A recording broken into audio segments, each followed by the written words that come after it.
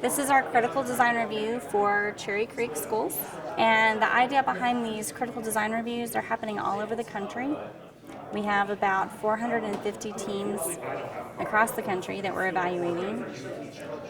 We will down select to about 70 teams total across the country, and they will be invited to come to the Johnson Space Center, and they will be having a review with astronauts, engineering staff at Johnson Space Center, and the International Space Station Program Office. I've always been interested in space.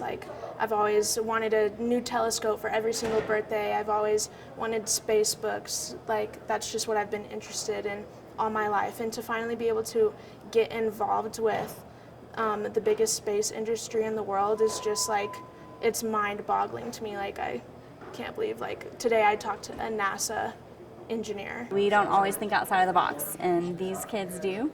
And they come up with some really creative ideas. It's neat that we get to have different variety of students from all over the country, so we get to, meld their ideas together. They come up with really fabulous ideas. NASA astronauts on space station give us a list of about 20 to 25 problems every year that they are faced with that there aren't necessarily resources available for NASA engineers to be able to solve the problem.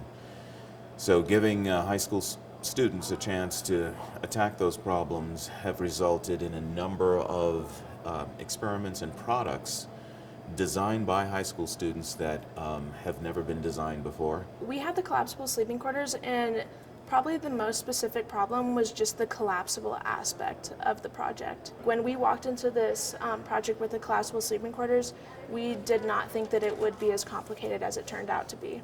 It kind of opened my eyes to just the engineering world and how much imagination goes into it. My dream job since I was 8 years old has been to be an engineer at NASA.